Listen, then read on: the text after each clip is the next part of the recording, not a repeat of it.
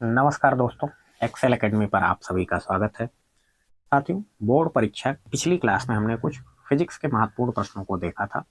आज इसी क्रम में आगे बढ़ते हुए हम लोग आज की अपनी क्लास को कंटिन्यू करते हैं।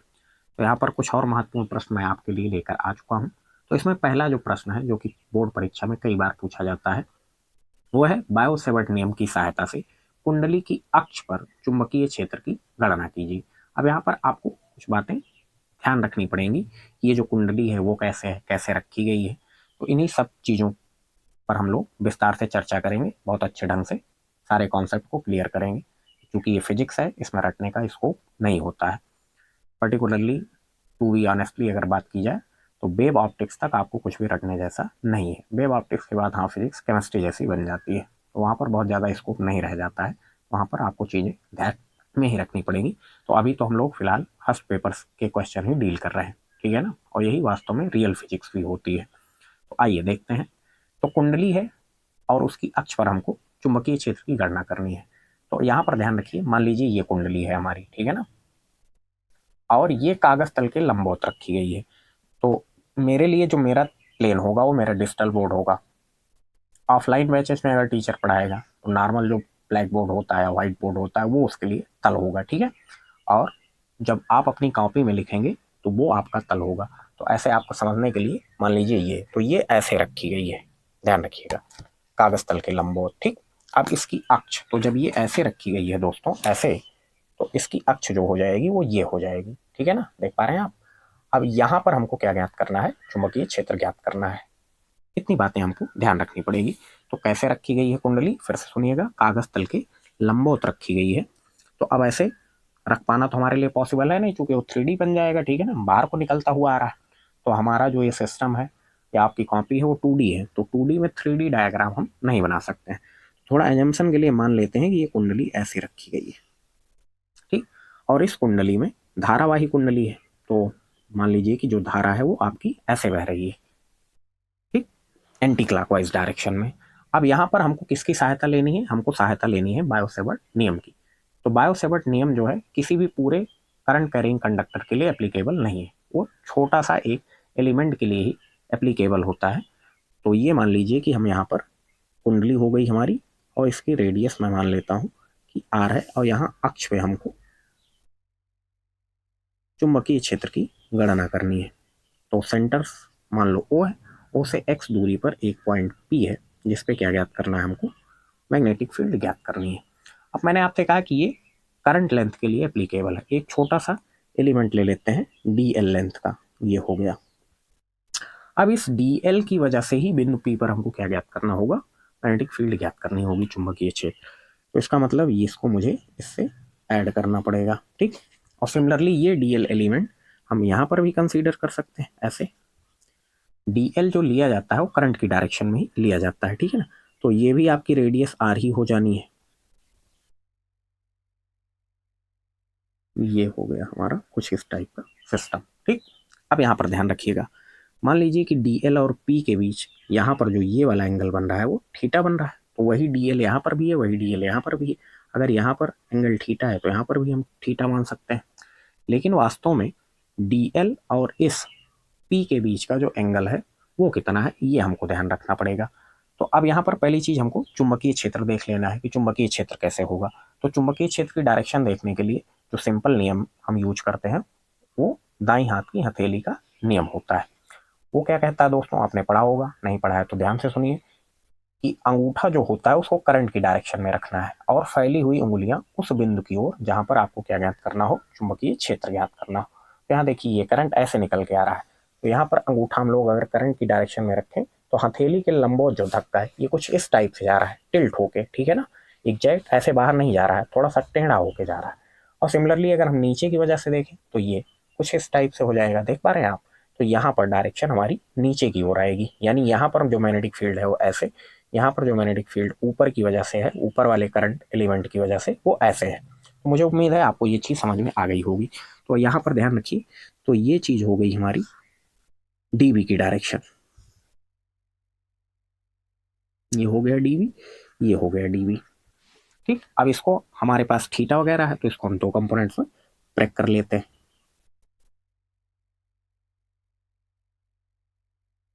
अब ध्यान रखिए, ये तो लंब हो गया टोटल यहाँ से यहाँ तक, ये वाला एंगल आपका थीटा है, ठीक। तो इतना कितना बचेगा दोस्तों, ये बचेगा 90 माइनस थीटा। सिंपल सी मैथमेटिक्स यूज कर रहे हैं, कहा भी जाता है mathematics is the language of physics, ठीक है। मैथ्स भी आपकी अच्छी होनी चाहिए, ठीक है ना। अब बायो वाले डीमोटिवेट ना हो जाएं बच्चे हमारे लेकिन ये भी फैक्ट है। अब यहाँ से यहाँ तक टोटल एंगल आपका 90 डिग्री है, तो जिसमें ये इतना आपका 90 माइनस थीटा हो गया, तो ये कितना बचेगा बेटा, ये बचेगा थीटा। अगर ये थीटा है दोस्तों, तो ये भी कितना हो जाएगा, थीटा हो जाएगा। अब आपको मैंने कई बार बताया था, पिछली क्लासेस में मल्टीपल बार आया, जो भी डेरिवेशन हमने देखी, कास पास साइन दूर, सिंपल सी ट्रिग्नोमेट्री होती है, आप चाहे तो उससे भी निकाल सकते हैं, कोई बात नहीं, वो वहीं से आया है। तो ये वाला जो कंपोनेंट्स होगा हमारा, वो कितना हो जाएगा, डी वी कॉस थीटा, और ये वाला कंपोनेंट्स इस वाले के लिए, डी एल के लिए हो जाएगा डी वी साइन थीटा। अगर नीचे वाले की वजह से देखें तो फिर यहाँ पर ये वाला कंपोनेंट्स हमारा फिर से हो गया डी वी कॉस थीटा, और इसके लिए ये भी हो जाएगा डी वी साइन थीटा। अच्छा एक बात और देखो, ये वाली रेडियस आर है, यहाँ से ये एक्स डिस्टेंस है, ये एंगल हमारा 90 है। 90 कैसे है इसको भी समझते हैं, देखें ध्यान से, सब कुछ आपको क्लियर हो जाएगा। ये हो गया हमारा, तो डी एल और आर वेक्टर के बीच का जो एंगल है, आर कौन सा है जिससे हमने पी को मिलाया है, ये कुछ इस टाइप से ऐसे, ठीक है ना। तो इन दोनों के बीच का एंगल कितना है, 90 डिग्री। यहाँ पर बच्चे प्राय कंफ्यूज हो जाते हैं, ठीक है। तो मुझे उम्मीद है आपको समझ में आ गया होगा। तो अब ये आर ये एक्स, तो ये वाली डिस्टेंस कितनी हो गई दोस्तों, under root r square plus x square, और यही क्या होता है हमारा, आर वेक्टर होता है, या आर होता है नॉर्मल अगर बात की जाए। यहाँ पर सारा खेल जो है वो क्रॉस प्रोडक्ट का है, सारी की सारी क्वांटिटियाँ क्या होती हैं, वो हमारी वेक्टर क्वांटिटीज होती हैं, ठीक है ना। तो अब ध्यान रखिए यहाँ पर, अब डी एल की वजह से बिंदु पी पर अगर हम चुंबकीय क्षेत्र देखें, छोटा सा चुंबकीय क्षेत्र डी वी, डी एल की वजह से देख रहे हैं ना, तो डी वी बराबर म्यू नॉट अपान 4 पाई, ये बायो सेवर्ट लॉ है, आई डी एल साइन थीटा। तो डी एल और आर के बीच का एंगल वो कितना है हमारा, 90 डिग्री है, ठीक। और ये डिस्टेंस है हमारी under root r square plus x square, इसका स्क्वायर हो जाएगा तो ढक्कन गायब हो जाएगा। अब यहाँ पर साइन 90 कितना होता है दोस्तों, साइन 90 होता है म्यू नॉट अपान 4 पाई 1, तो ये बचा इतना r square plus x square. तो डीवीएल के कारण जो हमारी छोटी सी मैग्नेटिक फील्ड आ रही है डीवी, वो कितना आ रही है, mu naught upon 4 pi I d l upon r square plus x square, ठीक बात है।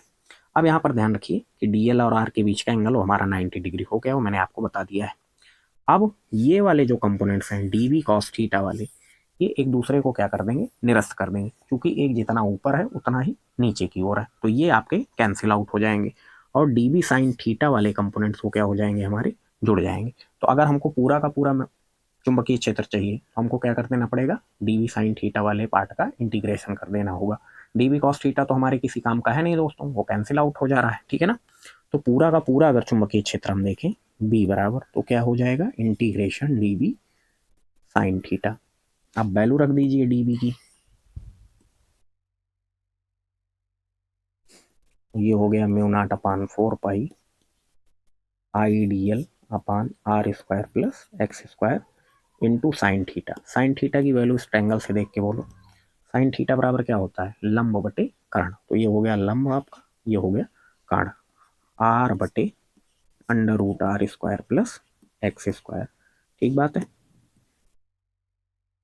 तो अंडर रूट का मतलब पावर 1/2 होती है, और नीचे ये सब मल्टीप्लाई में, तो गुणा में घातें जुड़ जाएंगी, तो 1 और 1/2 मिलके क्या आ जाएगा आपका, 3/2 हो जाएगा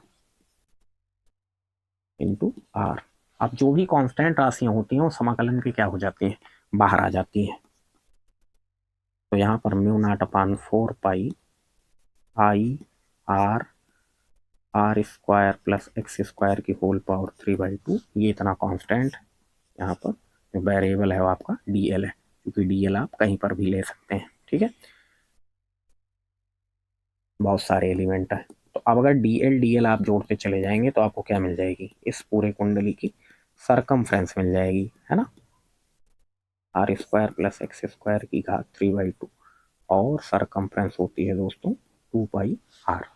यहाँ पर जो कैंसिल हो रहा है वो कैंसिल कर दीजिए, 2 जा 4, पाई से पाई कैंसिल हो गया, तो बी बराबर mu not I R square upon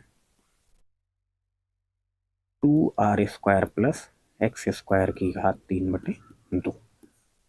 ये आ जाता है हमारा चुंबकीय क्षेत्र किसी भी कुंडली की अक्ष पर। ऑलराइट, यहाँ पर हमने जो माना है डेरिवेशन के लिए वो ये है कि हमने कुंडली में सिर्फ एक टर्न्स माने हैं। अब अगर कुंडली में टर्न्स की नंबर जो है वो कैपिटल एन हो तो यहीं पर कैपिटल एन से मल्टीप्लाई कर देंगे, देन फॉर्मूला आ जाएगा mu not an I R square upon 2r² plus x square की घात 3/2। ये होता है हमारा। ठीक, तो चलिए नेक्स्ट क्वेश्चन की तरफ आगे बढ़ते हैं। अगला है बायो-सेवर्ट नियम की सहायता से वृत्ताकार धारावाही कुंडली की केंद्र पर चुंबकीय क्षेत्र की गणना करनी है। हम चाहे तो वहीं पिछले वाली डेरिवेशन से इसको देख सकते हैं, लेकिन ये भी कई बार मल्टीपल बार पूछा जाता है, तो इसको भी हम लोग समझने का प्रयास करते हैं। आइए देखें ध्यान से। ये मान लीजिए कि एक वृत्ताकार धारावाही कुंडली है जिसकी रेडियस मैं मान लेता हूँ स्मॉल आर है, तो वृत्त की त्रिज्याएं हमेशा बराबर होती हैं। अब फिर पूरे की वजह से हम लोग नहीं निकाल सकते हैं, क्योंकि बायो-सेवर्ट नियम की सहायता से बायो-सेवर्ट नियम अल्पांश लंबाई के लिए ही वैलिड है। तो यहाँ पर मान लीजिए कि ये वृत्ताकार धारावाही कुंडली है, तो करंट तो फ्लो होगी तभी तो धारावाही कही जाएगी, है कि नहीं। अब यहाँ पर ये मान लो कि हमने एक छोटा सा लेंथ ले लिया DL, करंट आपकी ऐसे जा रही, ठीक। तो DL जो लेते हैं हमने अभी आपको पिछले टॉपिक में भी बताया कि वो करंट के डायरेक्शन में ही लेते हैं, तो ये हो गया। और ये है इस कुंडली का सेंटर। इसी सेंटर पर हमको क्या ज्ञात करना है दोस्तों, चुंबकीय क्षेत्र ज्ञात करना है। अब यहाँ पर फिर से देखें ध्यान से, करंट ऐसे जा रही है, तो अंगूठा जो है करंट ऐसे जा रही, अंगूठा फिर डायरेक्शन में रखेंगे, उंगलियां ऐसे, तो चुंबकीय क्षेत्र किधर जा रहा है दोस्तों, अंदर की ओर जा रहा है। आप समझ पा रहे हैं ना, इमेजिन कर पा रहे हैं। थोड़ा सा संसाधनों का अभाव है, इसलिए हो सकता है आपको थोड़ी असुविधा हो, लेकिन मैं पूरी कोशिश कर रहा हूँ कि आपको फील आ जाए। फिर से देखिए ध्यान से, ये करंट की डायरेक्शन हो गई, आपने रखा, और केंद्र पर ही चाहिए ना, तो उंगलियां आपकी केंद्र की तरफ जानी चाहिए। तो हथेली के लंबवत जो धक्का होगा वो क्या होगा, वही चुंबकीय क्षेत्र की डायरेक्शन हो जाएगी हमारी। करंट यहाँ पर क्लॉकवाइज में जा रही, ठीक। तो यहाँ देखें ध्यान से, तो ये भी अगर आर है तो ये भी आर हो जाएगा, और DL और आर के बीच का एंगल वो कितना हो जा रहा है, 90 डिग्री हो जा रहा है। मुझे उम्मीद है आपको समझ में आ गई होगी ये कॉन्सेप्ट। यहाँ पर चुंबकीय क्षेत्र की डायरेक्शन अंदर की ओर है। अब जहां जहां पर भी आप DL लेंथ ले लेंगे, जैसे मान लीजिए यहाँ पर ले लेते हैं, तो करंट की डायरेक्शन में ही आपका DL होगा, तो ये DL की डायरेक्शन होगी। अब इसकी वजह से देखेंगे तो फिर से चुंबकीय क्षेत्र की डायरेक्शन क्या आएगी, अंदर आएगी। यहाँ पर अगर आप देखेंगे DL, तो यहाँ पर भी वही राइट हैंड रूल लगाएंगे, तो भी चुंबकीय क्षेत्र क्या आएगा, अंदर की ओर ही आएगा, ठीक है ना। यहाँ पर अगर आप DL ले लेते हैं, तो यहाँ से भी अगर आप देखेंगे तो चुंबकीय क्षेत्र क्या आएगा, अंदर की ओर आएगा। मैंने एक करके बता दिया है, आप उतना कर सकते हैं, सबके लिए देखेंगे तो चुंबकीय क्षेत्र अंदर की ओर आना है। खैर, यहाँ पर मजेदार बात यह है दोस्तों कि आर और DL के बीच का एंगल जो है वो आपका 90 डिग्री है, सेम पिछले वाले की तरह दिख रहा है। यहाँ पर ज्यादा क्लियर दिख रहा हो, वहां से आपको इमेजिन करना पड़ रहा होगा, वो स्टैंडर्ड डेरिवेशन है, ठीक है, एक्सिस वाला। वहीं से हम चाहें तो इसको भी ड्राइव कर सकते हैं, लेकिन अपने को बिल्कुल भी रिस्क नहीं लेने का है बाबा, ठीक है, अलग से देख लेते हैं। तो अब DL के कारण बिंदु O पर चुंबकीय क्षेत्र वो भी कितना होगा, छोटा सा, dB बराबर म्यू नॉट अपान 4 पाई IDL साइन 90 अपान में R²। स्केलर फॉर्म लिख लिया है सिंपल, साइन 90 वो कितना होता है दोस्तों, 1। तो इतना आ गया। अब पूरा का पूरा हमको चाहिए, तो सबकी वजह से चुंबकीय क्षेत्र अंदर की ओर है, बहुत सारे एलिमेंट ले सकते हैं, तो कहाँ तक जोड़ेंगे, तो बेस्ट तरीका क्या है, इंटीग्रेट कर लें पूरा का पूरा चुंबकीय क्षेत्र, इंटीग्रेशन या क्लोज इंटीग्रल लगा लो, कोई दिक्कत नहीं। यहाँ पर रख दीजिए आप, तो जो कांस्टेंट है वो बाहर आ जाएंगे, म्यू नॉट अपान 4 पाई IR² आपका बाहर आ गया, इंटीग्रेशन DL। तो DL का अगर आप इंटीग्रेशन करेंगे तो पूरा का पूरा क्या मिल जाएगा, circumference of the circle 2 pi R, पाई से पाई कट गया, एक आर से एक आर कट गया, 2 2 जा 4, B बराबर आया म्यू नॉट I/2R, ठीक है। अब यहाँ पर भी अगर फेरों की संख्या हम लोग n मान लें तो म्यू नॉट NI/2R हो जाएगी।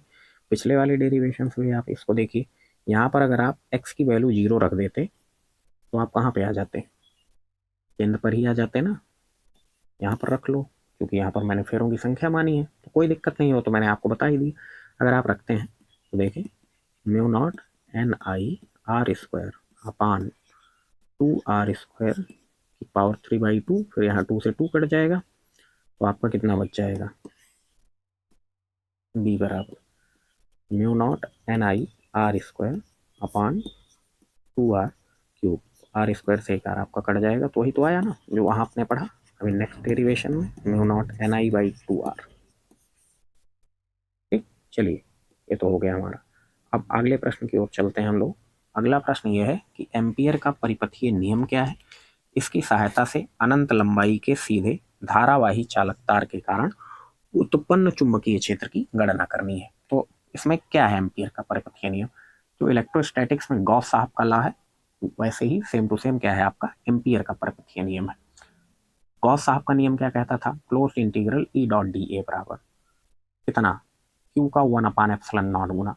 तो यहाँ पर जो करंट फ्लो होती है वो भी टोटल किसी सर्किट में इनसाइड, ठीक है ना। तो ये कहता है कि किसी भी चुंबकीय क्षेत्र का रेखीय समाकलन यानी इंटीग्रल B.dl, ये लीनियर इंटीग्रेशन कहा जाता है। लीनियर इंटीग्रल करंट का म्यू नॉट गुना होता है। ये एम्पियर का परिपथीय नियम है।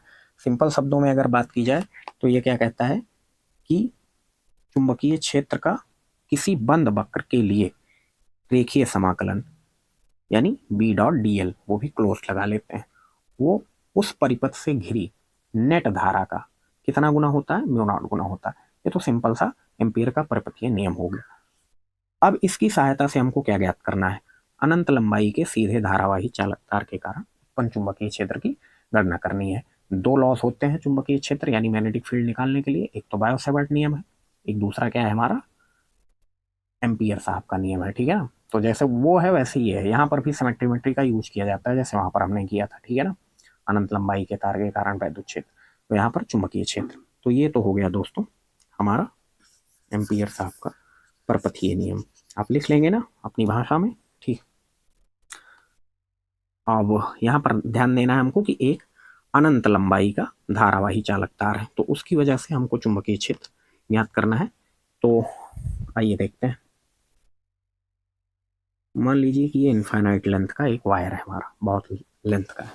इससे आर दूरी पर मान लीजिए एक पॉइंट पी है और उसको हमको देखना है कि वहां पर चुंबकीय क्षेत्र क्या होगा।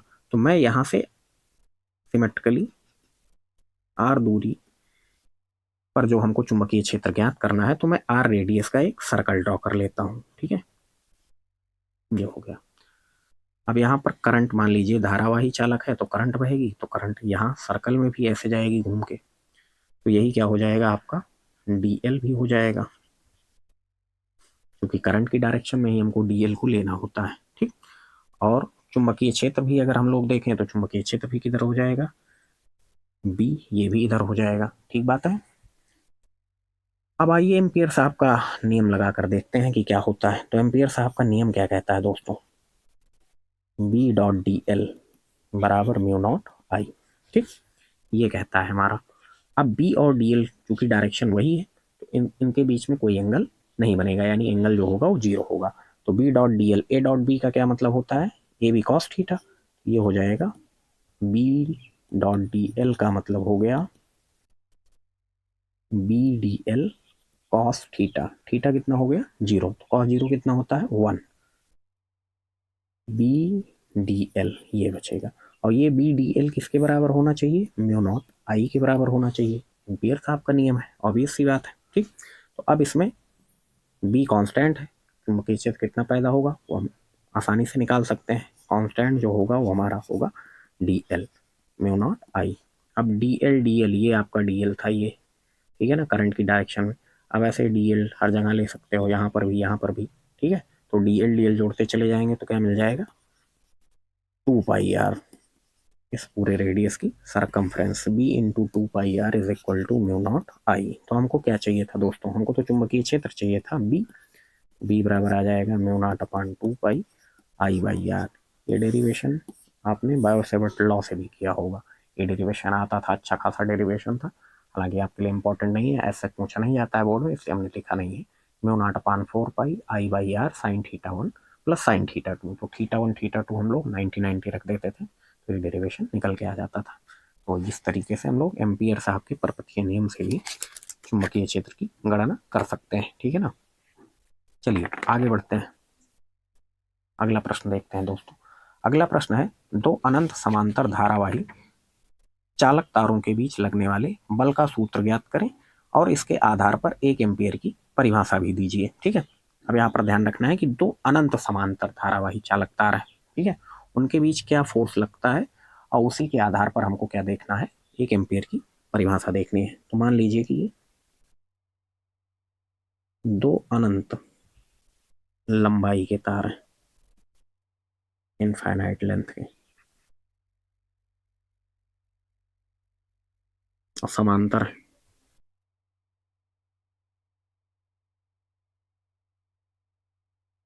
एक दूसरे से मान लीजिए कि ये आर दूरी पर रखे हुए हैं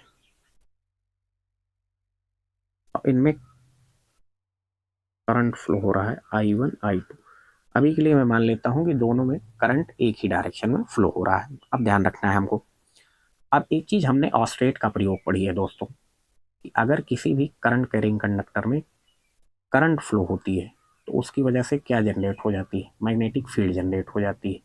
कितना जनरेट हो जाती है इस चीज की जानकारी हम लोग बायो-सेवर्ट नियम से निकाल लेते हैं, ठीक है। तो अब यहाँ पर दो अनंत धारावाही समांतर चालक तार हैं जिनमें धारा हमने मान ली कि I1 I2 फ्लो हो रही है। अब धारा के कारण इनके चारों ओर क्या उत्पन्न हो जाएगा, चुंबकीय क्षेत्र उत्पन्न हो जाएगा।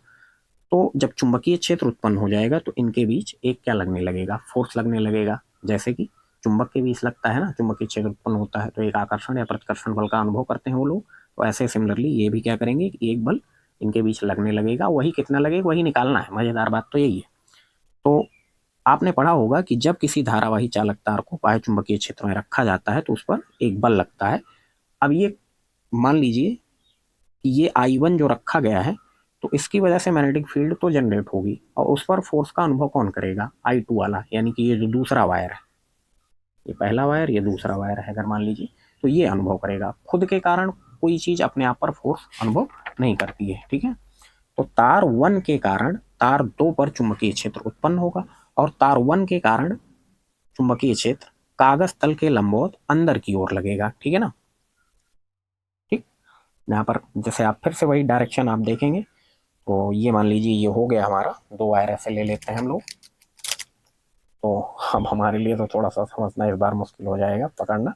आप समझ पा रहे हैं ना, यहाँ पर फिर से वही दाएं हाथ का नियम, इस बार फोर्स देखना है। तो ये अंगूठा आपका डायरेक्शन किसकी डायरेक्शन में होना चाहिए, करंट की डायरेक्शन में, और फैली हुई उंगलियां उस बिंदु की ओर जहां पर चुंबकीय क्षेत्र आपको ज्ञात करना हो। तो हथेली के लंबो जो धक्का होता है वही हो जाता है आपका फोर्स की डायरेक्शन, ठीक बात है। तो अब यहां पर चूंकि ये अनंत लंबाई का है तो समझें बात को ध्यान से, फोर्स जो लगता है मान लीजिए कि हम एल लेंथ पर इस पे लगाते हैं। संसाधन की कमी की वजह से मैं आपको थोड़ा सा कम समझा पा रहा हूँ इस बार, क्योंकि अब दोनों हाथ में पकड़ लूंगा तो उंगलियां जो है वो सही नहीं हो पाएंगी। अब इसके लिए प्रॉपर कैमरा होता तो मजा आ जाती, और एक हमारा बड़ा सा डिजिटल बोर्ड होता तब समझ में आता, ठीक है ना। अभी का सिस्टम हमारा पढ़ाने का दूसरा है तो इसलिए आप समझें बात को ध्यान से। तो इस पर जो फोर्स लगेगा वो कितना लगेगा, एल लेंथ पर हमने मान लिया, तो एफ बराबर IBL साइन थीटा, ये फोर्स लगता है। और थीटा आपका क्या हो जाएगा, वो 90 डिग्री हो जाएगा, ठीक है। अब ध्यान रखिए कि हम दूसरे तार पर लगने वाला फोर्स निकाल रहे हैं, ठीक। तो एफ बराबर पहली वायर में जो करंट बह रही है उसकी वजह से उस पर फोर्स लग रहा है, ये चीज आपको ध्यान रखनी है। तो पहली ध्यान रखेंगे तो ये हो गया पहली वायर के कारण जो चुंबकीय क्षेत्र है वो आप यहाँ पर लिख लो पहले, B1 बराबर अनंत लंबाई के लिए अभी आपने डिराइव किया mu naught upon 2 pi I by r. तो यहाँ पर पहले वायर के कारण जो चुंबकीय क्षेत्र उत्पन्न हुआ है दोस्तों, mu naught upon 2 pi I1 by r generate हुआ है, ठीक। अब यहाँ पर ध्यान रखिए, दूसरी वायर में जो करंट फ्लो हो रही है वो कितना है, I2, और यहाँ पर मैं B1 लिख लेता हूँ, तो B1 की वैल्यू कितनी हो गई, म्यू नॉट अपान 2 पाई I1/R, और थीटा कितना हो गया आपका 90 डिग्री।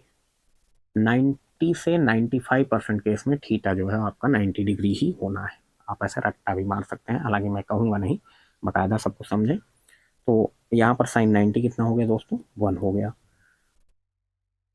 तो म्यू नॉट अपान 2 पाई, यहाँ पर एल भी तो था, एल लेंथ पर हमको फोर्स निकालना था, अनंत लंबाई पर निकाल ही नहीं सकते हैं। I1/I2/R साइन 90 हो गया 1। ठीक, तो इतना फोर्स लगता है। सिंपल सा डेरिवेशन है, कुछ खास नहीं है।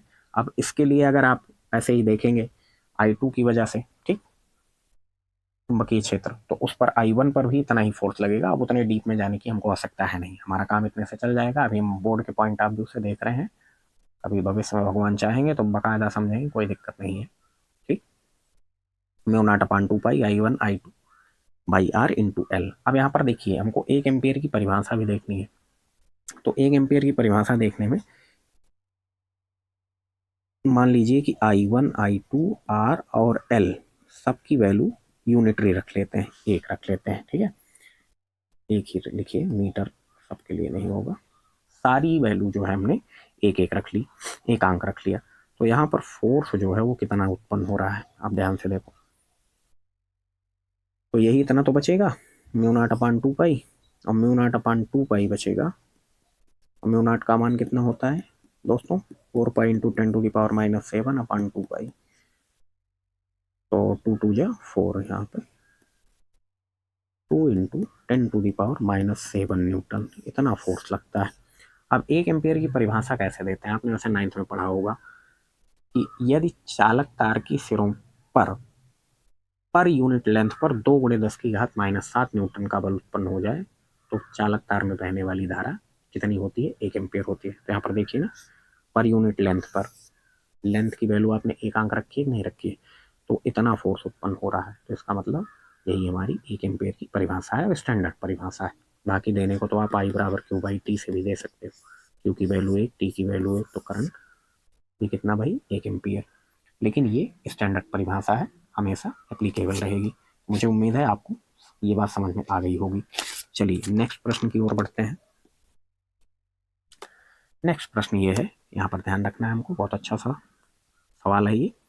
एक समान चुंबकीय क्षेत्र में स्थित धारावाही कुंडली, अब अगर धारावाही कुंडली है वो भी चुंबकीय क्षेत्र में स्थित है, तो एक चुंबकीय द्विध्रुव की वहां व्यवहार करती है। जैसे वैद्युत द्विध्रुव वैसे चुंबकीय द्विध्रुव, वैद्युत द्विध्रुव आघूर्ण वैसे चुंबकीय द्विध्रुव आघूर्ण। M = I × A होता है। यहाँ पर लगने वाला एक बल युग्म आघूर्ण यानी टॉर्क ज्ञात करना है, टाउ।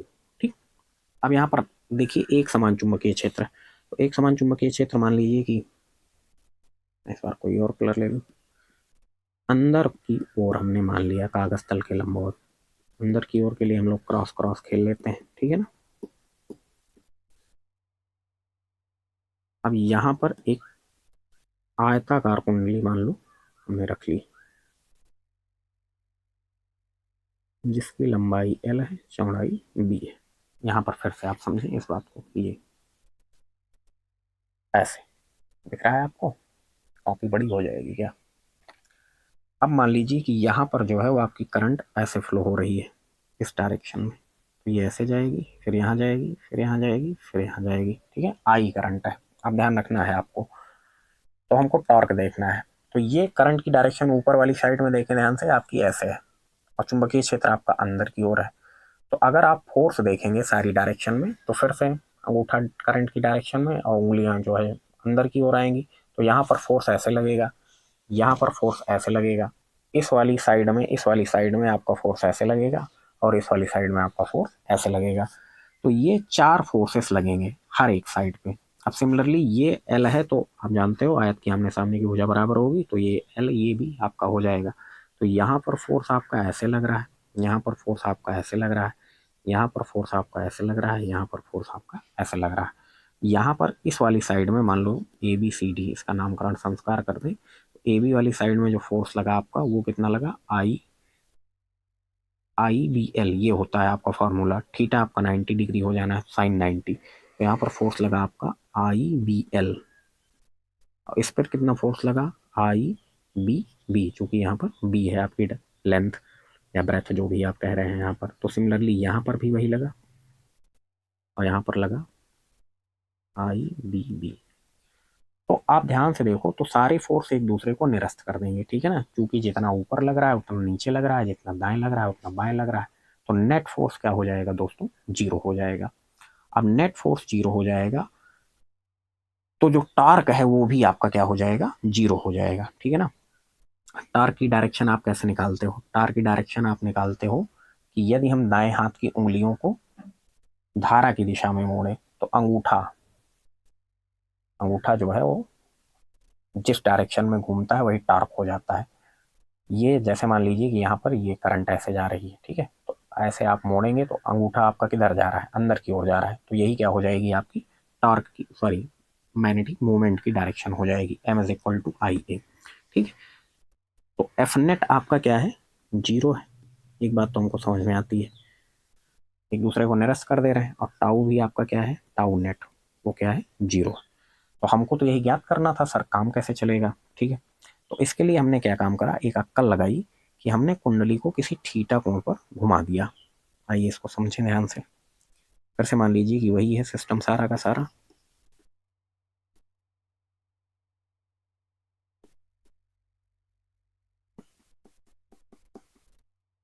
अब यहाँ पर ये जो था आपका सिस्टम वो कुछ इस टाइप से था, ओरिजिनल वाला था, जिस पर टाउ नेट और फोर्स आपका सारा का सारा जीरो था।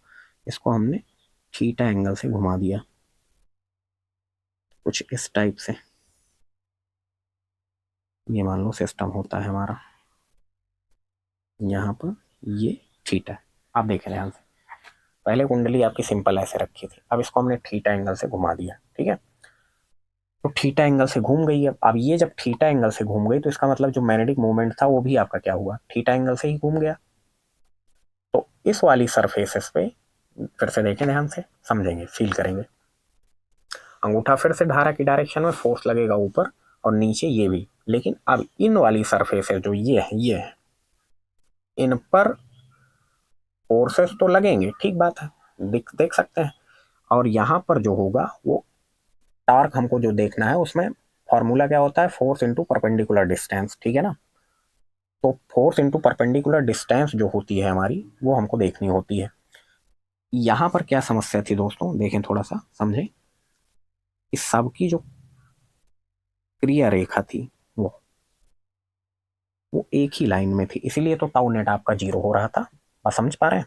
तो यहाँ पर जो इस बार फोर्स लग रहे हैं इन दोनों सरफेसेस में, ये तो इनकी जो है एक्शन लाइन वो सेम ही रहेगी, लेकिन इस बार जो जब ये घूम जाएगी कुछ ऐसे तो फोर्सेस की डायरेक्शन कुछ अलग हो जाएगी, यानी इस बार क्रिया रेखा सेम नहीं रहेगी। तो यहाँ पर फोर्स तो नेट फोर्स तो जीरो रहेगा, ठीक है ना, क्योंकि जितना इस पर लगेगा उतना ही इस वाली साइड पर भी लगेगा, ठीक। लेकिन क्या होगा उससे कि हमारी जो एक्शन लाइन है वो हमारी जीरो नहीं होगी, ठीक। तो अगर उसको आप देख पा रहे हैं ध्यान से, तो ये अंगूठा धारा की दिशा में, तो ये कुछ इस टाइप से भगेगा और ये कुछ इस टाइप से भगेगा जब ये घूम रहा है, तो ठीक है ना, एक्शन लाइन सेम नहीं होगी। मुझे उम्मीद है आप समझ पा रहे होंगे मेरी बात। तो यहाँ पर ये मान लो F1 F2, तो ये अलग अलग डायरेक्शन में फोर्स कुछ इस टाइप से लगेंगे, इनकी क्रिया रेखा वो सेम नहीं होगी, ठीक। तो ये इसी एक्सिस पे ऐसे घूमना स्टार्ट कर देगा, ठीक है। अब F3 और जो F4 है हमारा यही बलाघूर्ण बना रहा है, F1 F2 तो जीरो है। अच्छा, डायरेक्शन जो है जितना इधर लग रहा है उतना इधर लग रहा है, तो नेट फोर्स तो इस बार भी जीरो है दोस्तों, ठीक है ना। नेट फोर्स इस बार भी क्या है, जीरो है, लेकिन टॉर्क जीरो नहीं है। क्यों नहीं जीरो है, क्योंकि एक्शन लाइन सेम नहीं है। तो F3 और F4 यही मिलकर हमारा क्या बनाएंगे, टॉर्क बनाएंगे। तो यहाँ पर फिर से अगर मैं इस पर्टिकुलर फिगर की बात करूँ, इस वाले की, तो यहाँ पर एफ नेट क्या है हमारा, जीरो है, और टाउ नेट इस बार क्या है, जीरो नहीं। आपकी बार हम टाउ नेट आसानी से निकाल सकते हैं। पहले वाले फिगर में क्या समस्या थी वो आपको समझ में आ गई। हमेशा ध्यान रखिएगा साथियों कि अगर यूनिफॉर्म मैग्नेटिक फील्ड है और कोई भी चीज़ आपकी रखी है ऐसे सिंपल किसी एंगल पे नहीं घूम रही है, तो वहां पर नेट फोर्स आपका 0 ही होता है। ठीक, तो ये तो हो गया हमारा। अब अगर इसको ध्यान से देखो, अब इस कुंडली को अगर हम यहाँ यहाँ से चढ़कर देखें, यानी इसका अगर हम टॉप व्यू देखें, तो ये हमको कुछ इस टाइप से दिखाई देगी। ये डेरिवेशन असल में समझने में बहुत सारे लोगों को बहुत कंफ्यूजन हो जाता है।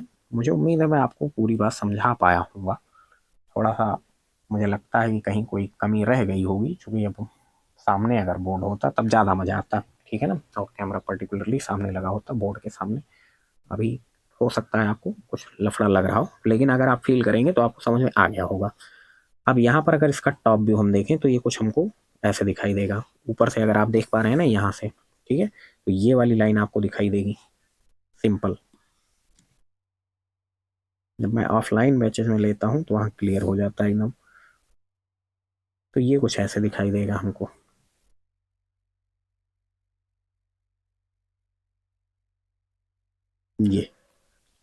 ये मान लीजिए कि थीटा है आपका, तो ये भी क्या हो जाएगा, थीटा हो जाएगा। लेंथ ही हमको दिखाई देगी, ठीक है ना, ऊपर से देख पा रहे हैं ना, यही तो लेंथ है, आपने यही तो एल माना था, तो यही दिखेगी आपको। ठीक,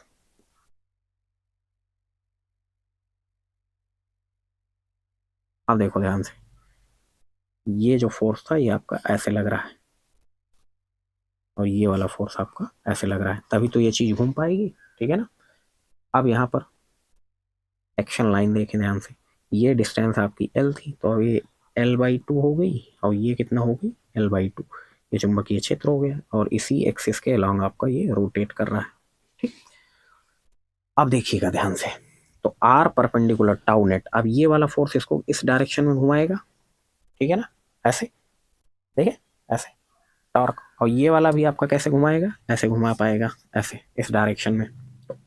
अब यहाँ पर जो टाउ नेट हुआ हमारा, डेरिवेशन सिंपल है, लेकिन जो चीजें हैं वो समझनी पड़ेंगी आपको। आर परपेंडिकुलर, ठीक बात है।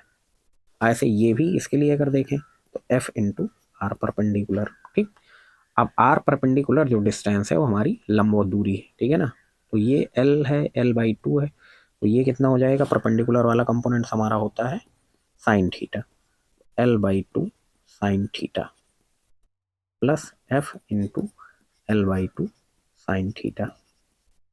तो इसको अगर हम जोड़ेंगे तो कितना हो जाएगा, ये एफ की वैल्यू रख दो आप पहले, एफ की वैल्यू क्या आई थी दोस्तों, अगर इसको आप पहले जोड़ ही लेते हैं तो ये हो जाएगा 2f L/2 साइन थीटा, तो 2 से 2 कट गया आपका, f into L sine theta. और f की वैल्यू क्या आई थी, f की वैल्यू आपकी बच रही है लेंथ के अलॉन्ग, आई थी आपकी IB/L साइन थीटा, है ना। f की वैल्यू ऊपर वाले से देख लेते हैं भाई,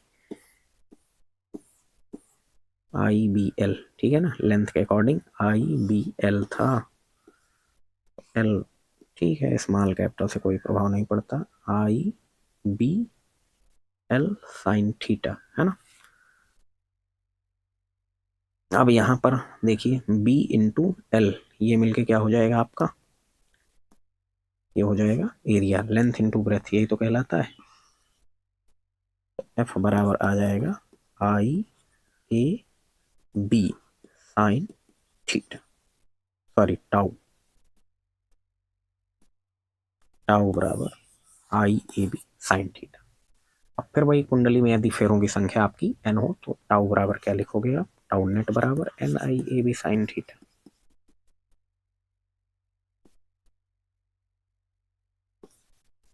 सिंपल डेरिवेशन है, बस वही चीजें आपको समझनी है। मुझे उम्मीद है मैं आपको समझा पाया हूँ अपने सीमित संसाधनों के जरिए। अच्छा, यहाँ पर एक बात और हम ध्यान रखते हैं कि एक चीज होती है त्रिज्य चुंबकीय क्षेत्र। अब अगर ये कुंडली त्रिज्य चुंबकीय क्षेत्र का सेंस ये होता है कि अगर हम लोग कुंडली को सर्कुलर मैग्नेट में रखें, जैसे कुछ इस टाइप से, अब इस पे एक बेस्ड हम लोग कॉन्सेप्ट भी पढ़ेंगे जो कि बोर्ड में और पूछा जाता है, ये सर्कुलर है, ठीक है ना। तो यहाँ पर नॉर्थ से साउथ तो जनरली होता ही है हमारा चुंबकीय क्षेत्र की डायरेक्शन, यहाँ पर त्रिज्या के अलोंग जो चुंबकीय क्षेत्र उत्पन्न होता है ये कुछ इस टाइप से, ये कहलाता है त्रिज्य चुंबकीय क्षेत्र। तो इस पर्टिकुलर स्थिति में जो आपका एंगल हो जाता है वो 90 डिग्री हो जाता है। बी और ए के बीच में, ठीक है। जैसे ये बी हो गया और एरिया वेक्टर ये हो गया, तो ये कुछ इस टाइप से, ठीक। इस पर्टिकुलर सिचुएशन में जो टाउ होता है वो आपका मैक्सिमम हो जाता है, टाउ मैक्स बराबर N I A B sine 91 होता है, ठीक। चलिए आगे बढ़ते हैं नेक्स्ट प्रश्न की ओर। नेक्स्ट प्रश्न है यही इसी पे बेस्ड जो मैंने आपको अभी समझाने का प्रयास किया, त्रिज्य चुंबकीय क्षेत्र। चल कुंडल धारामापी का सिद्धांत एवं कार्यविधि का वर्णन करना है हमको। तो यहाँ पर फिगर मैंने आपको बना के रखा हुआ है, और ये ध्यान रखिए कि चल कुंडल धारामापी वो दो प्रकार की होती है। उसमें एक होती है निलंबित कुंडली धारामापी, एक होती है कील की कुंडली धारामापी। तो ये ज़्यादा सुविधाजनक होती है और बोर्ड परीक्षा में यही ज़्यादा बार पूछी जाती है, वो उतना नहीं पूछी गई है, ठीक है। तो मैं इसको इसलिए इम्पोर्टेंट इस वाली को मानता हूँ, ठीक। हाँ, इसकी सेंसिटिविटी उस वाली से कम होती है, उसमें कोई बात नहीं, लेकिन ये कंफर्टेबल ज़्यादा होती है। तो सबसे पहले तो धारामापी की बात कर लेते हैं। धारामापी क्या चीज़ है? सामान्यतः इसे गैल्वेनोमीटर या धारामापी भी कह देते हैं, जो कि करंट के डिटेक्शन यानी करंट है भी या नहीं है सर्किट में उसका पता लगाती है और उसको मापने का भी काम करती है। लेकिन मापने में ये बहुत कम करंट मेजर कर पाती है, 30 से 50 मिली एम्पियर इस टाइप से बहुत छोटी करंट मेजर करती है। अब इसकी जो क्रिया विधि है वो चुंबकीय क्षेत्र में धारावाही कुंडली पर जो अभी आपने टॉर्क देखा उसी पर आधारित है, ठीक। दो प्रकार की होती है, शुरुआत में ही बताया आपको, एक निलंबित है, निलंबित उतना महत्वपूर्ण नहीं है। दूसरी है आपकी कीलकित कुंडली धारामापी या वेस्टर्न धारामापी भी इसको कहा जाता है, ये आपसे बोर्ड में पूछा जाता है। अब संरचना में अगर इसके बात करें तो इसमें आप देखें कि अभी हमने आपको बताया था कि दो वृत्ताकार चुंबक, ये एक आपका नॉर्थ एक आपका साउथ है। इसमें क्या करते हैं कि नर्म लोहे की एक बेलनाकार टुकड़े के ऊपर इस कुंडली को जो है हम लोग रख देते हैं, और ये कुंडली ये दो चूलों के बीच में झूलती रहती है, ये चूल है, ठीक। इसलिए चल कुंडल धारामापी में इसको वेस्टर्न धारामापी कहा जाता है, ठीक है ना। अब ये तो बात हो गई। अब यहाँ पर आप देख पा रहे हैं कि ये चूलों के पास तो स्प्रिंग लगी हुई है, तो ये जो स्प्रिंग है इसका क्या काम होता है अभी हम लोग समझेंगे। अब इस कुंडली ये जहाँ पर स्प्रिंग लगी है आपकी तो ये जब कुंडली घूमेगी तो क्या काम करेगी कि यहाँ पर एक ऐंठन बल युग्म उत्पन्न होता है, ठीक है। और ये कुंडली की जो दो टर्मिनल हैं T1 T2, इनको जब हम आपस में जोड़ देते हैं तो करंट फ्लो हो जाती है। करंट फ्लो हो जाती है तो ये कुंडली क्या करना लगती है, घूमने लगती है, ठीक। और यहाँ पर आप देखें तो एक ये आपका पॉइंटर लगा होता है ऐसे, जिसको अभी हमने 0 पर माना है, और ये एक सर्कुलर मतलब स्केल होती है जिसके कुछ इधर वैल्यूज रखी हैं 10 20 30 और इधर भी वैल्यू रखी है। अभी ये जिस डायरेक्शन में आपका पॉइंटर शो कर रहा है, अगर इसकी डायरेक्शन बदल जाती है तो इसका मतलब ये हुआ दोस्तों कि आपने करंट की डायरेक्शन भी बदल दी है, ठीक। इतनी बात समझ पाए आप? अब ये हो गया। अब देखिए काम कैसे करता है कि जब ये दोनों टर्मिनलों को हम लोग आपस में जोड़ देते हैं तो कुंडली में धारा बहने लगती है, और धारा बहेगी तो फिर उससे क्या होगा कि कुंडली पर एक बल आघूर्ण लगेगा, अभी आपने देखा। अब ये बल आघूर्ण कितना लगता है, टाउ बराबर वही, अगर मान लीजिए कि एक फेरा है तो सिंपल IAB, ठीक। और ये त्रिज्य चुंबकीय क्षेत्र में उत्पन्न है, तो इस सिचुएशन में थीटा आपका कितना हो जाता है, 90 डिग्री हो जाता है। अब बल आघूर्ण के कारण कुंडली ने घूमना स्टार्ट कर दिया। कुंडली की जब कुंडली घूमेगी आपकी दोस्तों तो इसकी वजह से क्या हो जाएगा कि स्प्रिंग में भी ऐठन उत्पन्न हो जाएगी, ये जो स्प्रिंग है, ठीक। अब जिसकी वजह से स्प्रिंग में भी स्वयं में एक बल आघूर्ण उत्पन्न करेगी। अब वो बल आघूर्ण जो उत्पन्न करती है कुंडली, तो टाउ एस मान लो हम लोग कह देते हैं, तो वो होता है सी फाई, ठीक। फाई वो कोण हो गया जिससे ये आपका स्प्रिंग घूमती है, ये मान लीजिए आपका फाई है, ठीक। और सी क्या है आपका, सी है स्प्रिंग कांस्टेंट, ठीक है ना। तो ये इतना होता है। अब अगर ये ऐसे कुंडली घूमती जाएगी लगातार तो कहीं ना कहीं तो इसको बैलेंस करना ही पड़ेगा। तो बैलेंस कब हो सकता है कि जब ये जो टॉर्क लग रहा है कुंडली पर और ये जो स्प्रिंग वाला टॉर्क है ये दोनों आपस में बराबर हो जाए, ठीक। तो अगर इसको हम लोग बराबर कर लें सिंपल, तो IAB is equal to c phi, ठीक।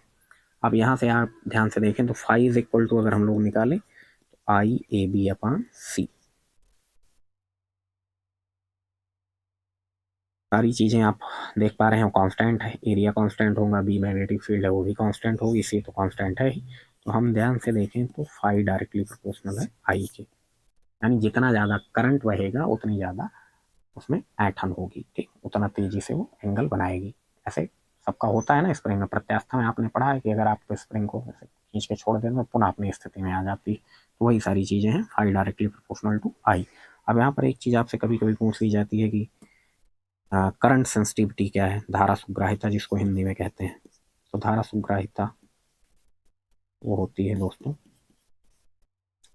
Pi by I. अब यहाँ पर अगर एक चीज़ मैं फिर बता दूंगा, अगर फेरों की संख्या n होती तो यही फॉर्मूले में क्या आ जाता, n आ जाता, NIAB/C। अब फाई बाई आई को हम लोग कहते हैं करंट सेंसिटिविटी। सेंसिटिविटी का मतलब है कि कितनी कम से कम वैल्यू कोई भी इंस्ट्रूमेंट माप सकता है। तो फाई बाई आई अगर आप यहाँ से निकालेंगे तो ये आ जाएगा NAB/C। ऐसे अगली चीज़ एक चीज़ पूछ ली जाती है वोल्टेज सुग्राहिता, तो वो क्या हो जाता है, वो ऐसे ही हो जाएगा phi by V, voltage sensitivity.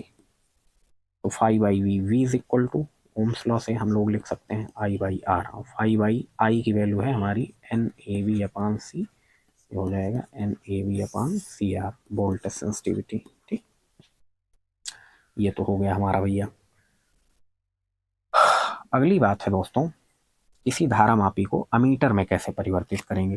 तो अमीटर क्या चीज़ होता है, अमीटर एक ऐसा उपकरण होता है जो धारा मापने के काम में आता है, ठीक है ना। और इसे हमेशा परिपथ के श्रेणी क्रम में जोड़ा जाता है, सीरीज में जोड़ते हैं। ये चीज़ आपको ध्यान रखनी है, अमीटर की बात हो गई। अब ये जो गैल्वेनोमीटर होता है दोस्तों या धारा मापी है, ये बहुत कम धारा मापता है।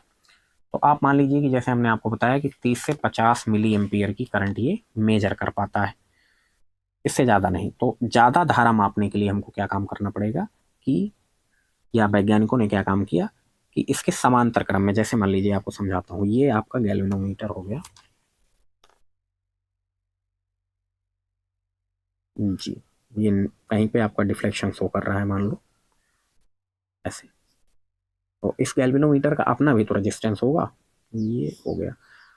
अब ये चूंकि मैंने आपको बताया कि बहुत कम धारा मेजर करता है, 30 से 50 मिली एम्पियर की, जो जो अभी हमने आपको वहां पर दिखाया था, सेम टू सेम ऐसी ही कहानी है। तो इसको अगर आप मान लीजिए कहोगे कि भैया क्या तुम 5 एम्पियर करंट ले सकते हो, मेजर कर सकते हो, तो कहेगा नहीं सर हम नहीं मेजर करेंगे, इसके प्राण पखेरु उड़ जाएंगे, ठीक है ना। तो यही काम करने के लिए वैज्ञानिकों ने दिमाग लगाया, इसके समांतर क्रम में एक प्रतिरोध जोड़ दिया जिसको संट कहा जाता है, ठीक। और इस संट का अपना प्रतिरोध क्या होता है, बहुत कम होता है। मान लीजिए कि यहाँ से इस परिपथ में करंट आई आपकी फ्लो हुई, तो अब गैल्वेनोमीटर में कितनी करंट चली जाएगी, आई जी, चूंकि जाने के दो पाथ मिल जाएंगे यहाँ से यहाँ तक। अब अगर यहाँ आई जी चली गई तो यहाँ कितना जाएगी, I- जाएगी। इस प्रतिरोध यानी जो शंट है इसका प्रतिरोध बहुत कम होता है, तो ज़्यादा से ज़्यादा करंट जो है वो आपकी यहीं से पास हो जाएगी, है ना, शंट से। भाई आपके पास घर जाने के दो रास्ते हैं, एक 10 किलोमीटर लंबा है, एक 8 किलोमीटर लंबा है, ठीक है ना। जाना आपको घर ही है, तो आप कौन सा रास्ता चूज करेंगे, 8 किलोमीटर वाला ही। हाँ, कोई कहने को तो ये भी कह सकता है नहीं सर हम 10 किलोमीटर वाला ही चूज करेंगे। मूर्खतापूर्ण बातें हैं जिनका कोई जवाब नहीं दिया जा सकता है। तो अब अगर जैसे मान लीजिए कि आपने 5 एम्पियर करंट फ्लो करवाई, जैसे आई की वैल्यू मान लो 5 एम्पियर थी थोड़ी देर के लिए, अब तो ये सिंपल सा डेरिवेशन हो ही गया है हमारा। तो अगर मान लीजिए कि 5, वैसे मैं बहुत ज़्यादा बोल दे रहा हूँ, उतना भी नहीं कर पाएगा, मान लीजिए कि 1 एम्पियर ही ले लेते हैं 5 एम्पियर पे, तो इसके प्राण पखेरु उड़ जाएंगे। तो ये कहेगा, मान लो कि अब यहाँ पर जो फिर इसकी रीडिंग आएगी वो 10 या 30 से 50 मान लीजिए, तो मैं इसको अगर 30 मिली एम्पियर करंट दे दूंगा, तो इसका मतलब यहाँ से ये कितना मतलब चली गई, 1 एम्पियर बराबर 1000 मिली एम्पियर ना, तो यहाँ से लगभग चली जाएगी आपकी 970। अब ये तो आप जान ही रहे हो ना कि सारी सारी सारी करंट यहाँ जा रही है। ये अगर बता रहा है कि करंट जो है वो 30 मिली एम्पियर है, तो आप समझ जाओ कि 970 यहाँ से चली गई है, ठीक। कोई भी डेटा ले लेते हैं। तो ये हो गया, तो यही काम था हमारा साथियों। अमीटर को हमेशा जोड़ते हैं श्रेणी क्रम में, और धारा मापी को अमीटर में परिवर्तित करने के लिए हमको क्या करना पड़ता है, इसके गैल्वेनोमीटर के समांतर क्रम में एक शंट जोड़ देना पड़ता है। अब देखिए ध्यान से, तो अभी वापस आते हैं सारा, ये आपका आई, तो यहाँ से गया आई जी, यहाँ से गया आई माइनस आई जी, समांतर क्रम में जोड़े। आप एक चीज आप पढ़े होंगे, समांतर क्रम में पोटेंशियल क्या होता है, सेम होता है। तो यहाँ पर पोटेंशियल क्या है आपका जी आई जी, और यहाँ पर आपका पोटेंशियल क्या हो जाएगा, ये करंट यहाँ पे जा रही है अब आई माइनस आई जी। तो ये हो गया आपका एस के सिरों पर जो वोल्टेज है वो आई minus I G into S. अब ध्यान से देखें अगर, तो हम जानते हैं कि समांतर क्रम में पोटेंशियल आपस में सेम होता है, तो दोनों को इक्वल कर देते हैं। ये हो गया G I G is equal to I minus I G into S. अब हमको इस एस की वैल्यू अगर निकालनी है, ये आ जाएगा G into I G upon I minus I G. तो हम इस तरीके से किसी अमीटर को, सॉरी किसी धारामापी को अमीटर में परिवर्तित कर सकते हैं। चलिए आगे बढ़ते हैं।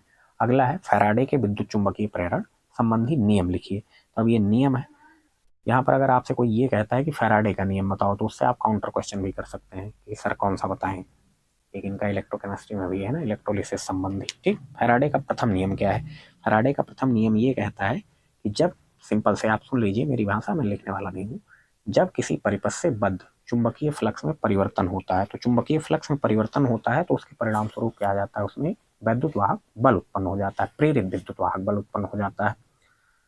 अब प्रेरित विद्युत वाहक बल उत्पन्न हो जाता है, ये एग्जैक्ट नियम है। और यदि परिपथ बंद है तो एक प्रेरित धारा भी बहती है, क्योंकि धारा बहने के लिए हमको क्या चाहिए होगा, हमारी सर्किट क्लोज हो तभी करंट बहेगी, ठीक है ना, अदरवाइज नहीं बहेगी। अगर कोई आपसे ये कहता है कि बद्ध चुंबकीय फ्लक्स में परिवर्तन होता है तो प्रेरित धारा बहती है, ये गलत स्टेटमेंट है। होप आपको ये बात समझ में आ गई होगी। ये तो प्रथम नियम है, फैराडे साहब ने वैद्युत चुंबकीय प्रेरण संबंधी दो ही नियम प्रतिपादित किए थे। दूसरा क्या है, उन्होंने कहा कि जो ये वैद्युत वाहक बल उत्पन्न होता है, प्रेरित वैद्युत वाहक बल, ये चुंबकीय फ्लक्स के परिवर्तन के समय दर के बराबर होता है। तो E is equal to delta phi by delta t, इसका जो मैग्नीट्यूड होता है, ठीक, मैग्नीट्यूड हमने लिया है, ये टू बी प्रिसाइजली मॉड लगा लें। यहीं पर लेंज साहब ने क्या किया था, इनके नियम में संशोधन किया था, यहीं पे उन्होंने माइनस लगा दिया था ना। लेंज साहब का नियम क्या कहता है कि करंट उसी का विरोध करती है जिससे वो स्वयं जनरेट होती है, ठीक है। अब वो क्यों लगता है, क्यों नहीं लगता है, कभी समझेंगे, उतना महत्वपूर्ण भी नहीं है। तो ये फैराडे साहब का विद्युत चुंबकीय प्रेरण संबंधी नियम है, मल्टीपल बार पूछा गया है, आपको सिंपल दोनों नियम लिख देने हैं, 3 नंबर में पूछा जाता है ये। चलिए दोस्तों आगे बढ़ते हैं। आगे है अन्योन प्रेरण गुणांक की परिभाषा लिखिए। फिर है दो समतल वृत्ताकार समाक्ष कुंडलियों के बीच अन्योन प्रेरकत्व के लिए सूत्र भी स्थापित कीजिए। तो पहले अन्योन प्रेरण गुणांक में हम लोग अन्योन प्रेरण समझ लेते हैं, अन्योन प्रेरण गुणांक कहें या फिर अन्योन प्रेरकत्व कहें, एक ही बात है, समझते हैं इस बात को ध्यान से अच्छे से। मान लीजिए कि दो कुंडलियां हैं ऐसे, और ये पास पास रखी गई है, म्यूचुअल इंडक्शन कहते हैं। एक में मान लो कि करंट है आपका I1, इसको मैं प्राइमरी कॉइल बोल देता हूं, इसके समीप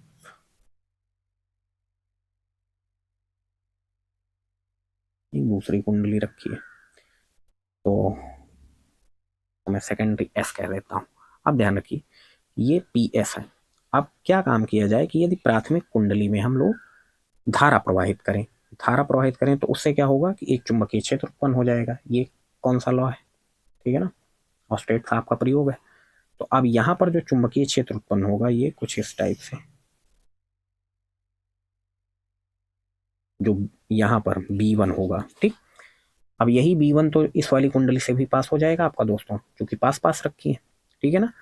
अब यहाँ पर ध्यान रखिए कि यदि करंट आपकी कांस्टेंट है तो जो ये B1 आपका प्रोड्यूस हो रहा है ये भी क्या होगा, कांस्टेंट होगा। यदि इसको आप चेंज करेंगे तो ये B1 भी क्या हो जाएगा, चेंज हो जाएगा। अब जैसे B1 चेंज होगा तो उससे क्या होगा कि ये जो सेकेंडरी कॉइल है इससे गुजरने वाला चुंबकीय फ्लक्स वो भी क्या होगा, चेंज होगा, है ना। और जैसे ही फ्लक्स चेंज होगा वैसे ही दूसरी कुंडली में क्या उत्पन्न हो जाएगा, प्रेरित वैद्युत बल। ये कॉन्सेप्ट है, ठीक। अब अगर मान लीजिए कि चेंज करने में हमने I1 को बढ़ाया, तो I1 को बढ़ाया तो B1 भी क्या हुआ, बढ़ा, और B1 अगर बढ़ा तो दूसरी कुंडली से फ्लक्स भी क्या हो जाएगा, बढ़ जाएगा, है ना। तो ये काम होता है, चेंज करना है कुल मिला के, क्योंकि वो नियम ही कहता है परिपथ से बद्ध चुंबकीय फ्लक्स में परिवर्तन उत्पन्न होता है तो एक प्रेरित विद्युत वाहक बल उत्पन्न हो जाता है। तो ये होता है हमारा अन्योन प्रेरण गुणांक।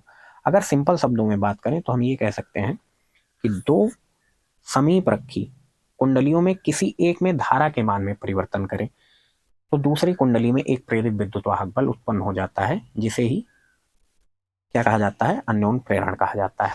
अब यहां पर ध्यान रखिए कि जिम्मेदार जो चीज है वो है आपकी I1। तो I1 अगर बढ़ रहा है तो आपका फ्लक्स बढ़ रहा है, तो इसका मतलब ये हुआ दोस्तों कि φ2 जो है वो डायरेक्टली प्रोपोर्शनल है I1 के। यदि I1 में चेंज ना हुआ होता तो φ2 भी ना आता, ठीक है ना, सही बात है। अब ध्यान रखिए कि प्रोपोर्शनल का चिन्ह हटाने के लिए हमको क्या चाहिए होता है, कांस्टेंट चाहिए होता है। तो कांस्टेंट यहाँ पे रखा गया m I1, और यही m क्या कहलाता है, अन्योन प्रेरण गुणांक कहलाता है। m is equal to φ2/I1। हमने यहाँ पर टर्न्स वंस की संख्या नहीं मानी है, और मान लीजिए कि यदि दूसरी कुंडली में फेरों की संख्या n2 हो तो m बराबर क्या लिखा जा सकता है, n2 φ2/I1। ठीक, तो ये तो हो गया। अब अगर इस प्रेरित विद्युत वाहक बल की बात करें तो E बराबर क्या होता है आपका, माइनस d∅/dt। किसमें फ्लक्स चेंज हुआ है, दूसरे में, d∅2/dt, ठीक है ना। अब अगर ये ना होता तो φ2 की वैल्यू क्या आती हमारी, m इंटू I1 आ जाती। अगर आप वो रखना चाह रहे हैं तो फिर आपको यहाँ n2 लगाना पड़ेगा, फिलहाल मैं नहीं रख रहा इस बार। तो E बराबर आप ध्यान से देखो तो यहाँ से d/dt, φ2 की वैल्यू है m/I1, m आपका कांस्टेंट है, बाहर हो जाएगा। E बराबर माइनस m d/I1/dt, और ये दूसरी कुंडली में उत्पन्न हुआ है ना, तो यहाँ पर E2 लिख दीजिए, सिंपल। E2 बराबर माइनस m di1/dt। तो ये इतना प्रेरित वैद्युत वाहक बल दूसरी कुंडली में उत्पन्न हो जाता है। अब इसी में एक डेरिवेशन था आपका कि दो समाक्ष, ठीक है ना, दो समतल वृत्ताकार कुंडलियां हैं और समाक्ष रखी है। आइए समझते हैं। मान लीजिए कि ये दो कुंडली है, इसमें करंट मान लो आपकी I1 ऐसे फ्लो होती है, इसको मैं प्राइमरी बोल देता हूँ, इसको मैं सेकेंडरी बोल देता हूँ। इसकी रेडियस मान लो R1 है, और ये समाक्ष रखी है, यानी एक ही अक्ष है दोनों की। तो ये वाली रेडियस जो हो जाएगी आपकी वो क्या हो जाएगी, R2 मान लेता हूं मैं, ठीक है। अब एक बात बताओ, प्राथमिक कुंडली के केंद्र पर चुंबकीय क्षेत्र वो कितना उत्पन्न होगा। यहाँ पर फेरों की संख्या मान लो n1 है, यहाँ पर मान लीजिए n2 है। ये ज्यादा पूछा जाता है, एक समाक्ष भी होता है, उसको आप लोग देख लीजिएगा, ठीक है। तो ये हो गया B बराबर, आप केंद्र पर आपने फॉर्मूला पढ़ा ना, B बराबर μ0 NI/2R। यहाँ पर फेरों की संख्या n1 और ये आपका I1, और उसके बाद इसकी रेडियस कितनी है, R1। तो ये हो गया आपका। अब यहां से जो पहली वाली कुंडली से फ्लक्स गुजरेगा वही दूसरी से भी गुजरेगा, तो फ्लक्स कितना गुजरा, फाई बराबर B इंटू ए यानी दूसरी वाली कुंडली से गुजर रहा है ना, तो उसका एरिया लेंगे, ध्यान रखिएगा। तो μ0 n1I1/2R1, और ये हो जाएगा πR2 स्क्वायर, फाई बराबर। तो अब ये हो गया, हमको चाहिए क्या था, हमको चाहिए था m इज इक्वल टू क्या होता है, n2 φ2 अपान में I1, ठीक। अब यहाँ पर वैल्यू रखते हैं भाई ध्यान से, I की वैल्यू ये है, तो I1 से I1 आपका क्या हो जाएगा, कैंसिल आउट हो जाएगा, μ0 पाई n1 n2 और R2 स्क्वायर अपान में 2R1, ठीक। μ0 पाई n1 n2 R2 square upon 2R1, कुछ गड़बड़ तो नहीं हुआ ना, नहीं, ठीक है। चलिए नेक्स्ट, मोस्ट इंपॉर्टेंट, प्रत्यावर्ती धारा का माध्य अथवा औसत मान तथा वर्ग माध्य मूल मान ज्ञात कीजिए। आइए इसको समझते हैं। तो प्रत्यावर्ती धारा का ग्राफ आप जानते होंगे, ये ऐसे। तो एक चक्र जो है वो यहाँ से यहाँ तक आपका होता है 0 से t। अब t की वैल्यू क्या होती है, 2π/ω, ठीक है ना। आप यहाँ ध्यान से देखो तो एक पूरे चक्र में, पूर्ण चक्र में, यहाँ से लेकर यहाँ तक धारा का मान क्या है दोस्तों, 0 है। तो सर क्या मतलब, काम कैसे चलेगा, हमारे यहाँ सप्लाई वगैरह कैसे आती है। तो इन्हीं, जब पूरे एक चक्र में जो है धारा का मान 0 है, तो इसके लिए अक्कल लगाई गई कि एक हाफ साइकिल में करंट निकाल लें तो काम बन जाए, फिर जितनी साइकिल होगी उतना सब कुछ हम लोग देख लेंगे, ठीक है। तो आपको एक बात ध्यान रखनी है कि किसी भी एक पूर्ण चक्र में धारा का औसत मान क्या होता है दोस्तों, 0 होता है। इसीलिए आई एवरेज वो आप देखो, अगर आप मैथमेटिकली भी निकालोगे तो पहले एक बात मैं आपको समझा देता हूँ कि ये जो आई होता है वो आपका क्या होता है, क्यू बाई टी होता है ना, to be precisely delta q by delta t, तो ये होता है आई एवरेज। ठीक है, इंस्टेंटेनियस की बात करें आपने पढ़ा होगा तो वो हो जाता है D Q by D T. अब जब डेल्टा टी आपका टेंड्स कर जाए जीरो की तरफ तो ये चेंज हो जाता है। तो आई एवरेज इतना है। तो आई जो है वो ऐसे फंक्शन ऑफ टाइम टी है, समझ पाए आप। तो किसी भी फंक्शन टाइम टी का इंटीग्रेशन, सॉरी एवरेज अगर निकालना हो तो वो निकलता है F T d t upon integration d T. इस तरीके से हम किसी भी फंक्शन का एवरेज निकालते हैं। आइए आप समझें ध्यान से। तो ये मान लेंगे ना जितना ऊपर है उतना नीचे है, मैथमेटिकली भी आपको प्रूफ करके दिखाएं।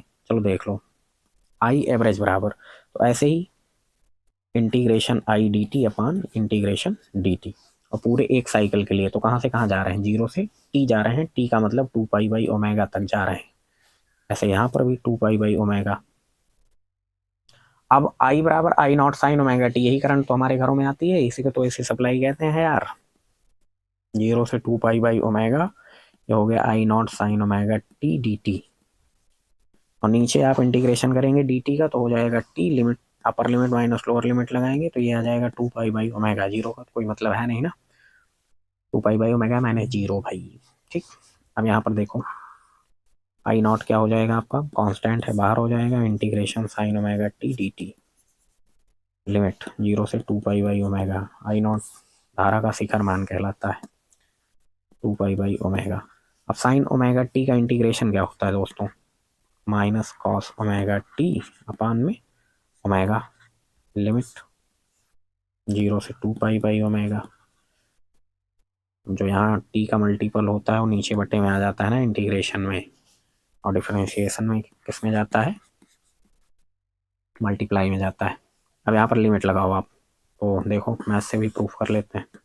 ओमेगा से तो ओमेगा पहले उड़ा दो, माइनस आई नॉट बाई 2 पाई बचा, ये हो गया कॉस ओमेगा टी की जगह पे 2 pi by omega minus cos zero, upper limit minus lower, ये कट गया, I naught by 2 pi minus का cos 2 pi minus cos zero, cos 2 pi कितना 1 1, और उसके बाद कॉस जीरो कितना 1, तो 1 में से 1 गया जीरो, लट्टू। ठीक, तो पूर्ण चक्र में धारा का औसत मान क्या होता है, जीरो होता है। तो अब इसीलिए क्या सोचा गया कि हाफ साइकिल के लिए निकालेंगे, नहीं तो हमारा काम भी नहीं चलेगा। तो अब आई आई एवरेज निकालते हैं हम लोग फॉर हाफ साइकिल। पूरे चक्र में धारा क्या है, 0 हो गई। तो आई एवरेज फॉर हाफ साइकिल, अर्ध चक्र में। तो सिंपल सी बात है, फिर से वही कहानी, integration I d T upon integration d T. अब आधे चक्र में यानी जीरो से टी बाई टू, जीरो से टी बाई टू, और टी बराबर 2 पाई बाई ओमेगा है तो 2 से 2 कट जाएगा, तो ये कितना बचेगा, जीरो 2 पाई बाई ओमेगा, और आई की वैल्यू है I naught sine omega t d t. नीचे integration zero 2 pi by omega d t, I naught आपका बाहर हो जाएगा, integration zero 2 pi by omega sine omega t d t. नीचे d t का इंटीग्रेशन करने पर टी आ जाएगा, लिमिट लगाएंगे तो पाई बाई ओमेगा। अब यहाँ पर साइन ओमेगा टी का फिर से इंटीग्रेशन करेंगे तो क्या आ जाएगा दोस्तों, minus cos omega T upon में ओमेगा, लिमिट जीरो से पाई बाई ओमेगा, और ये पाई बाई ओमेगा है ही आपका। अब देखिए लिमिट लगाइए फिर से, ओमेगा से ओमेगा कट गया, पाई कॉस ओमेगा टी का मतलब पाई by omega minus cos zero, ये कट गया, कॉस पाई कितना होता है,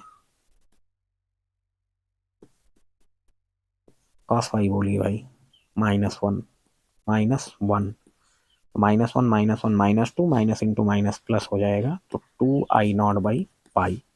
आई average for a half cycle वो ये आता है हमारा। अब ये तो जीरो नहीं है ना, ठीक, फायदा ही क्या है, पूरे एक चक्र में के औसत धारा जीरो हो जा रही है, तो अब यहाँ पर फायदा है। ठीक, तो ये चीज हो गई। अब अगली चीज है हमारी आर एम एस वैल्यू, माध्य औसत माध्य मूलमान, ये चीज हमको ध्यान देना है, ठीक। या वर्ग माध्य मूलमान, RMS, इसको उल्टा समझते हैं, पहले स्क्वायर करिए, फिर मीन लीजिए, फिर क्या ले लीजिए, रूट ले लीजिए, किसी भी चीज का आपने मैकेनिक्स में भी पढ़ा होगा VRMS, ठीक है ना, वगैरह वगैरह, √3 kT/m ये सब आता है। अब यहाँ पर देखें तो पहले हमको करंट का स्क्वायर करना है, फिर उसका मीन लेना है। तो कहने का मतलब ये हुआ, करंट का स्क्वायर कर दिए, मीन लेना है यानी माध्य ले लिए, ठीक। पहले इतनी बात कर लेते हैं। तो I0² sign square omega t d T, औसत भाई वही है ना, इंटीग्रेशन FT dt अपान इंटीग्रेशन dt। अब यहाँ पर दोस्तों चाहे आप फुल साइकिल के लिए निकालो, चाहे हाफ साइकिल के लिए निकालो, क्योंकि वर्ग है कोई प्रभाव पड़ेगा नहीं। मान लीजिए कि मैं हाफ ही साइकिल के लिए निकालता हूँ, 0 to π/ω, 0 to π/ω। अब देखो ध्यान से, I स्क्वायर का बार, I0² आपका कांस्टेंट बाहर, 0 to π/ω sine square omega t d t, और डी टी का इंटीग्रेशन करने पे टी आना है, टी आने का मतलब ये हो गया π/ω, लिमिट वगैरह लगा के। अब साइन स्क्वायर ओमेगा टी का इंटीग्रेशन कैसे करते हैं, तो आपने पढ़ा होगा ना, cos2 थीटा बराबर 1 - 2 साइन स्क्वायर थीटा। तो 2 साइन स्क्वायर थीटा बराबर क्या जाएगा दोस्तों, 1 - cos2 थीटा। तो साइन स्क्वायर थीटा बराबर सिंपली 2 को भी इधर कर दीजिए, 1 - cos2 थीटा/2। अब यहाँ पर इसका इंटीग्रेशन ऐसे किया जाता है, देखें ध्यान से, I0² और ये हो गया 1 - cos2 ओमेगा टी अपान में 2, तो 2 हो गया बाहर, और यहाँ बचा है डी टी, 0 to π/ω, और नीचे भी है π/ω। अब समाकलन करिए ध्यान से, I स्क्वायर का बार बराबर I0²/2, डी टी का इंटीग्रेशन करने पे आ जाएगा T, cos2 omega T, cos T का इंटीग्रेशन होता है साइन टी, तो sin2 ओमेगा टी, और जो इसका गुणांक होता है टी का, वो नीचे बटे में आ जाता है, 0 to π/ω, नीचे है आपका π/ω। तो अब यहाँ पर ध्यान रखिएगा, लिमिट लगाते हैं भाई, I0²/2, टी की जगह पे लिमिट लग गई π/ω, और ये बाहर हो जाएगा। यहाँ पर ध्यान रखो, टी की जगह पे π/ω आएगा, तो ओमेगा से ओमेगा कट जाएगा, साइन 2π बचेगा, और साइन 2π क्या होता है आपका, 0 होता है, ठीक। बाकी 0 रखने पे सारा सन्नाटा हो गया, तो इतना बच गया, तो ये कट गया। I² बराबर I0²/2। तो हमने अभी तक क्या काम किया, वर्ग किया, मीन लिया, और उसके बाद फिर जो है अब हमको इसका रूट काट लेना है। तो रूट जैसे काटेंगे तो ये हो गया I0²/2, तो इसका तो वर्गमूल निकल जाएगा और इसका नहीं निकलेगा, I0/√2, ये आ जाती है RMS वैल्यूज, ठीक।